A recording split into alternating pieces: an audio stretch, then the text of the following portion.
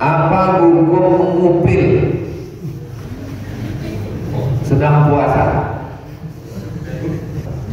Tapi ngupilnya sambil minum teh es kok.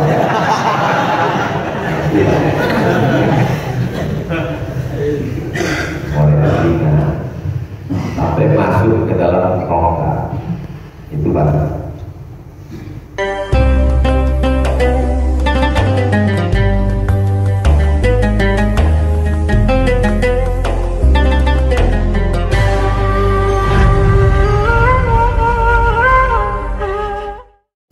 Bapak saya nelayan, harus menyelam ke dalam laut. Setiap bulan Ramadan dia juga menyelam dan laut demi menangkap ikan. Tapi saya melihat beliau tetap melanjutkan puasanya sampai maghrib. Apakah batal puasa yang dilakukan ayat tersebut? Yang membatalkan puasa itu idkhalu syai' ilal jauh, masuk sesuatu ke dalam rongga, masuk ke dalam hidung sampai ke mana? Orang menyelam, masuk air itu ke dalam sampai ke mana? Masuk ke dalam mulut. Orang menyelam, tak masuk, karena ditahannya nafas. Suku Bajo bisa menyelam sampai ke dalam. Masuk, kalau khawatir telinga disumbat, kalau tak khawatir masuk ke dalam. Jadi tidak masuk ke dalam rongga, maka tak batal puasanya. Paling lama manusia menyelam 7 menit. Manusia yang normal. Beda sama orang yang tinggal di tengah laut, berubah genetika. Karena dia tak tinggal di darat, memang tinggal di laut, akhirnya menjadi kebiasaan. Tapi kalau yang normal 7 menit. Artis yang main film apaan? Berlatih. Tak masuk air dalam. Masuk batal. Apa hubungan antara tazkiyatun nafs dengan ibadah puasa?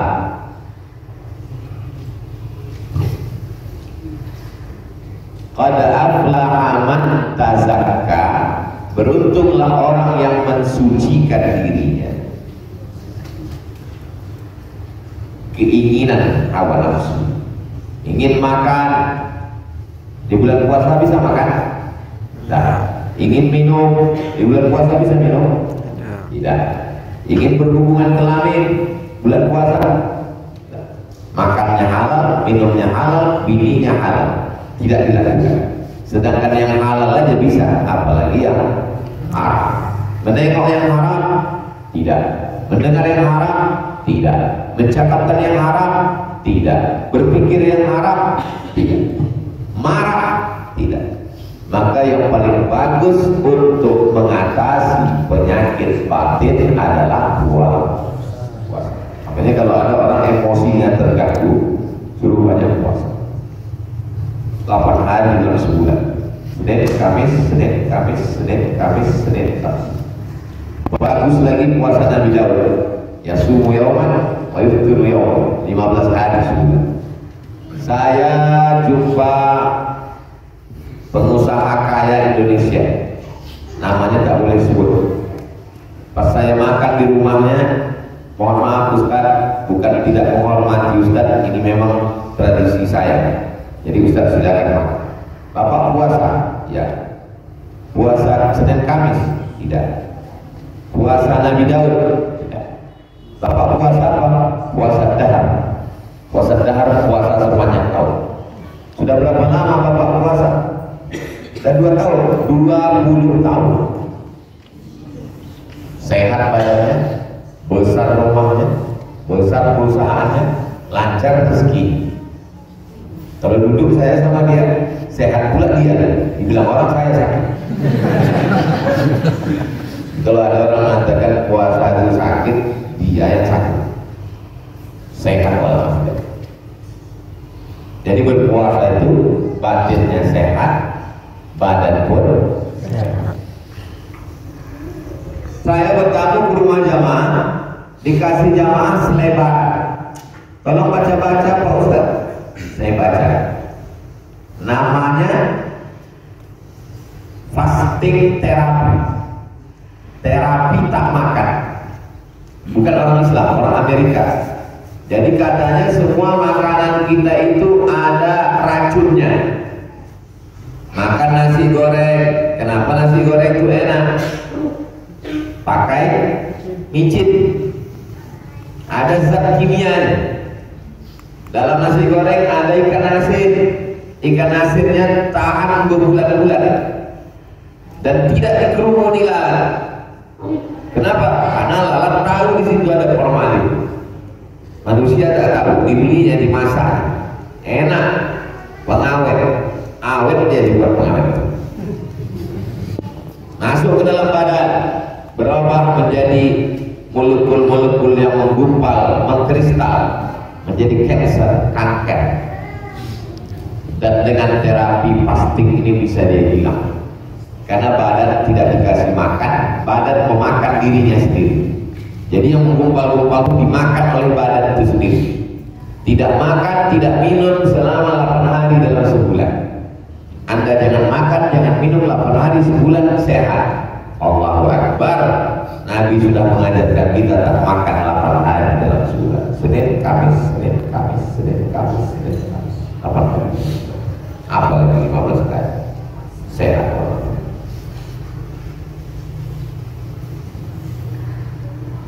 Apa hukumnya mengambil barang yang dijumpai di jalan? Namanya luqatah.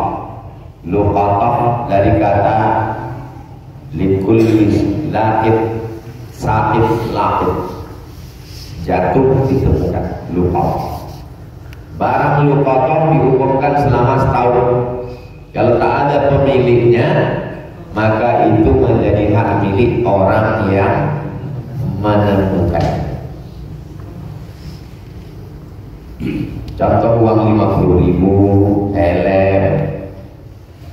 Harta karun tidak luqatah.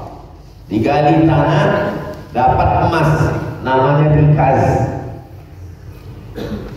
Zakatnya 20%. Gali tanah dapat periuk, beratnya 1 kilo. 1 gram emas 1 juta. 1 juta 1000 gram. 100 gram seon, 1 kilo 1000 gram. 1000 kali 1 juta 1 miliar. Berapa zakatnya? 200 juta. Antum dapat 800 juta. 800 juta. Silakan. Apa mau dipakai?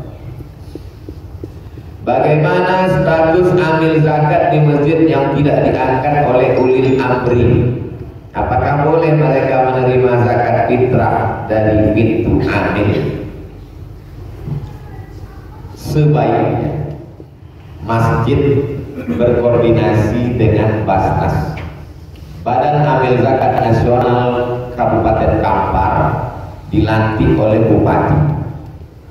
Lalu Basnas melantik UPZ 6. Masjid-masjid saya dudukkan sebagai UPZ, unit pengumpul zakat, sehingga dengan begitu nanti amilnya itu resmi.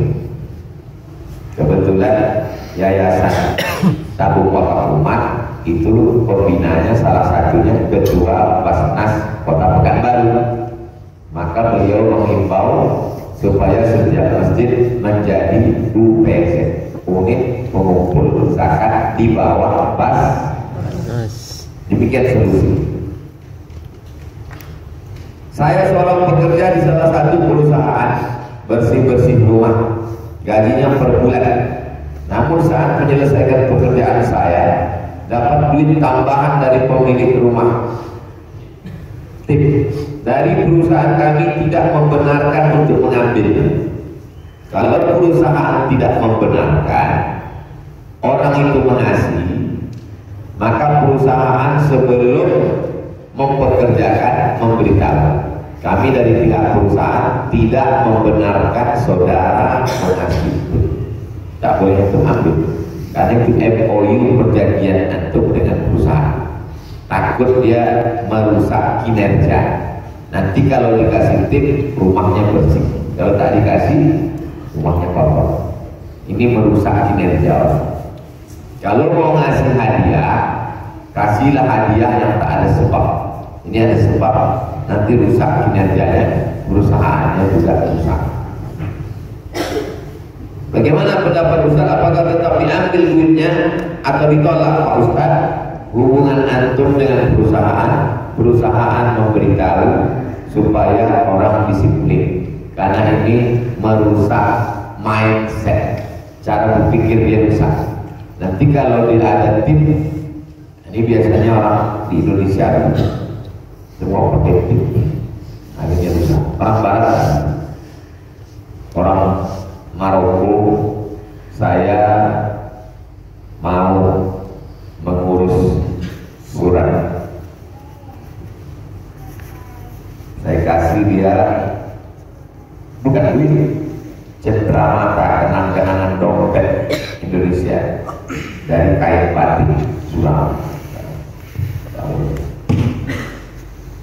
untuk menjaga kita Maroko. Saya bawa oleh-oleh untuk dosen pembimbing saya, namanya Profesor Dr. Syekh Omar Al-Makhruf M. Madu, minyak zaitun, oleh-oleh dari Indonesia. Sampai ke situ,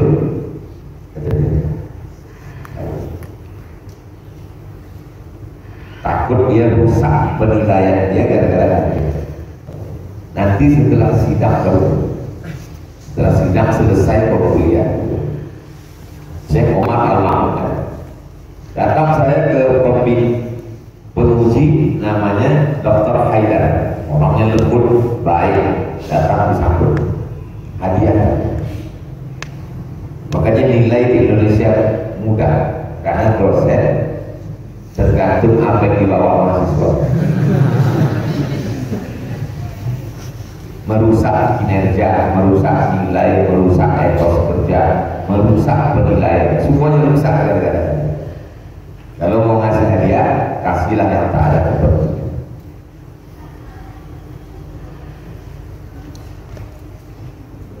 Apa hukum mengupil sedang puasa? Makna memasukkan sesuatu ke dalam lubang, masuk sesuatu ke dalam lubang sampai ke rongga. Kalau kelingking antum panjang sampai ke mana? Tapi kawannya menarik tai hidung yang ada di sini. Tapi ngupilnya sambil minum teh es kok.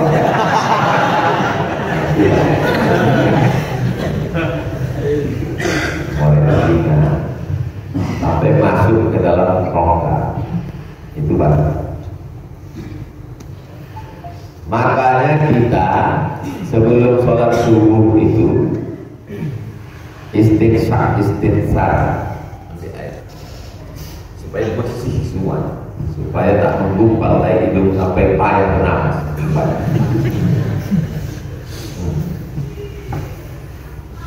Ada ustadz yang bilang kalau tidak sholat di masjid, sholatnya tidak sah. La sholata li jaril masjid illa fil masjid.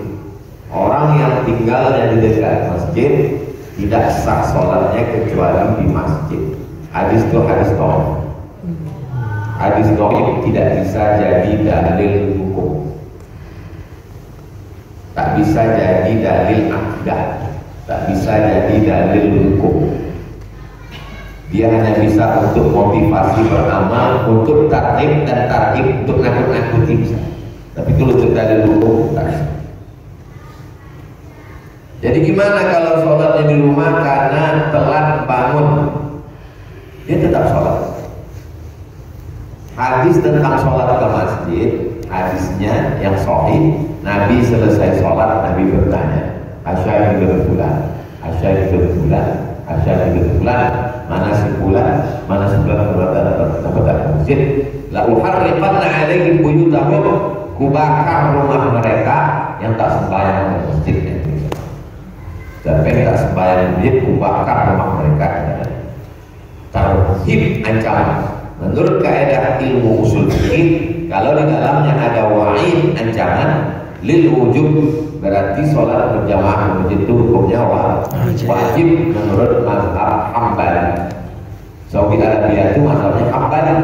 Itulah mengapa kalau sudah azan turunlah baladiyah itu Satpol PP, tutup semua toko, sholat.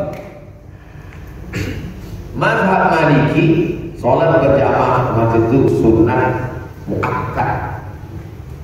Mazhab Syafi'i sholat berjamaah ke masjid itu fardu kifayah.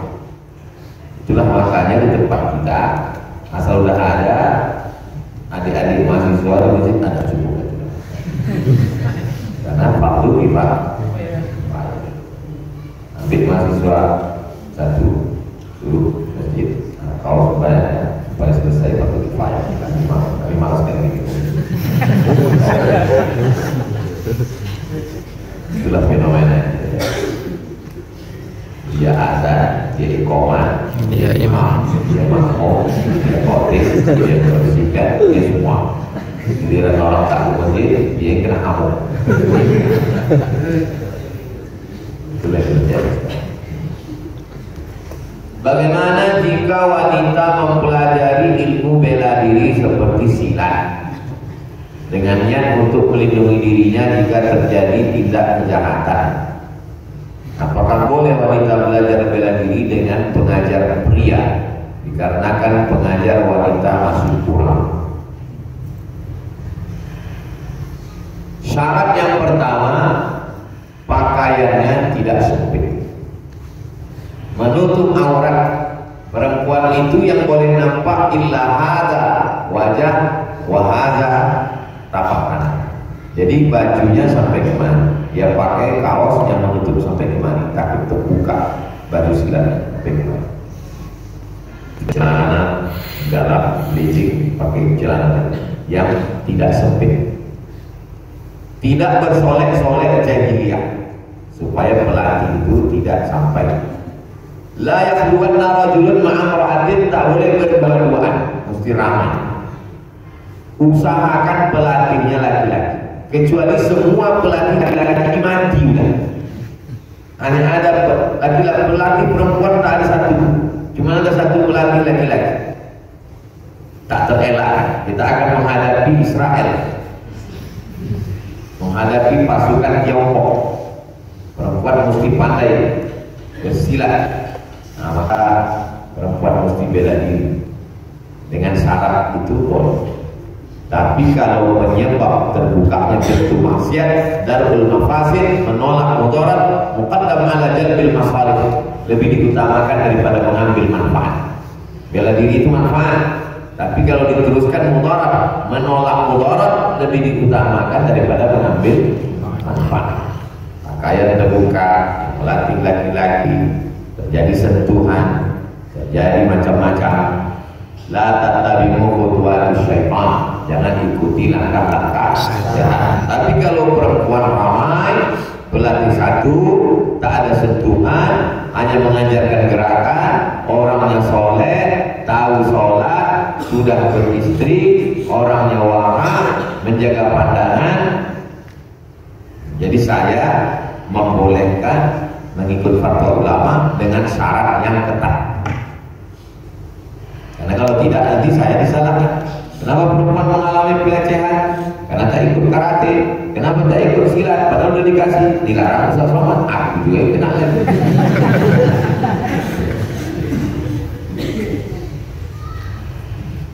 Sebentar lagi kita masuk Ramadan.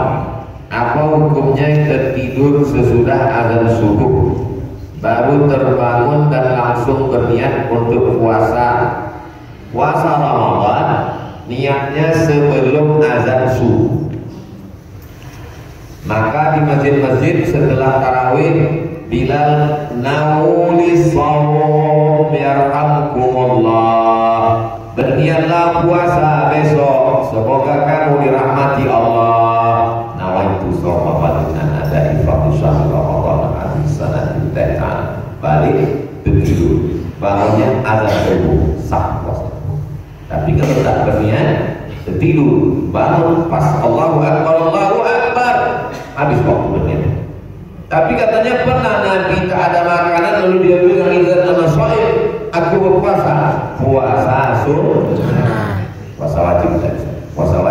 niatnya sebelum azan. Innallaha wa malaikatahu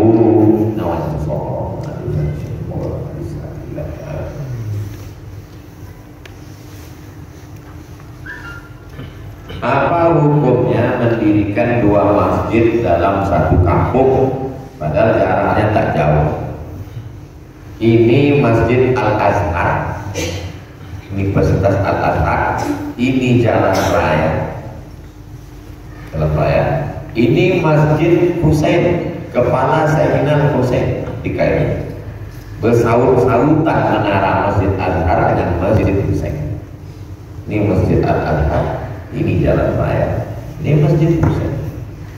Kalau tak boleh mendirikan masjid berdekatan, ulama Al-Azhar beribu-ribu, ulama Al-Azhar berjuta-juta, universitas tertua di dunia. Kami belajar di Al-Azhar, mazhab Hanafi, mazhab Maliki, mazhab Syafi'i, mazhab Hambali. Tapi jamaah ramai. Yang tak boleh itu hanya untuk menunjukkan ego orang kaya. Dibangunnya lah masjid, jamaah tak cukup 40 orang untuk sholat Jumat. Berbaik sebelah kiri sebelah. Masjid Tirar, masjid mendatangkan mudarat. Maka di Indonesia mendirikan masjid mesti ada izin Kementerian Agama, RT RW, supaya jangan sampai menimbulkan konflik. Apa syarat mendirikan sholat Jumat menurut imam-imam mazhab? Menurut mazhab Hanafi, asal berkumpul orang menurut urf sudah dianggap sebagai jamaah, sah sholat. Hanafi, Hambali, Syafi'i boleh sholat di tanah lapang, boleh sholat Jumat di tanah lapang, di stadion. Syarat sholat Jumat mesti di masjid. Mazhab Maliki mesti dalam masjid. Mazhab Syafi'i syarat sholat Jumat mesti lebih 40 orang mukim, tak bisa orang musafir. Jadi yang paling ketat dalam syarat sholat Jumat adalah mazhab Syafi'i, mesti mukim lebih 40 orang. Lalu kemudian satu negeri itu, satu kawasan itu, satu masjid. Tak boleh ta'addud masjid, tak boleh banyak. Maka ada namanya masjid, ada masjid jami'. Masjid jami', masjid yang ada sholat Jumatnya. Makanya Rimbo Panjang ini 3 dusun, hanya ada 3 masjid jami'. Dusun 1, dusun 2, dusun 3. Karena orang Rimbo Panjang ini dulu berpegang kepada mazhab Syafi'i. Karena yang datang kemari Inya yang datang dari Pariaman berpegang mazhab Syafi'i dari tarekat Syattaniyah, ulama-ulama. Mereka meyakini satu dusun itu mesti ada satu. Kalau ada 2-3 masjid, maka batal sholat Jumat. Makanya selesai sholat zuhur, selesai sholat Jumat, mereka sholat zuhur lagi 4 rakaat karena khawatir sholat Jumatnya tidak sah.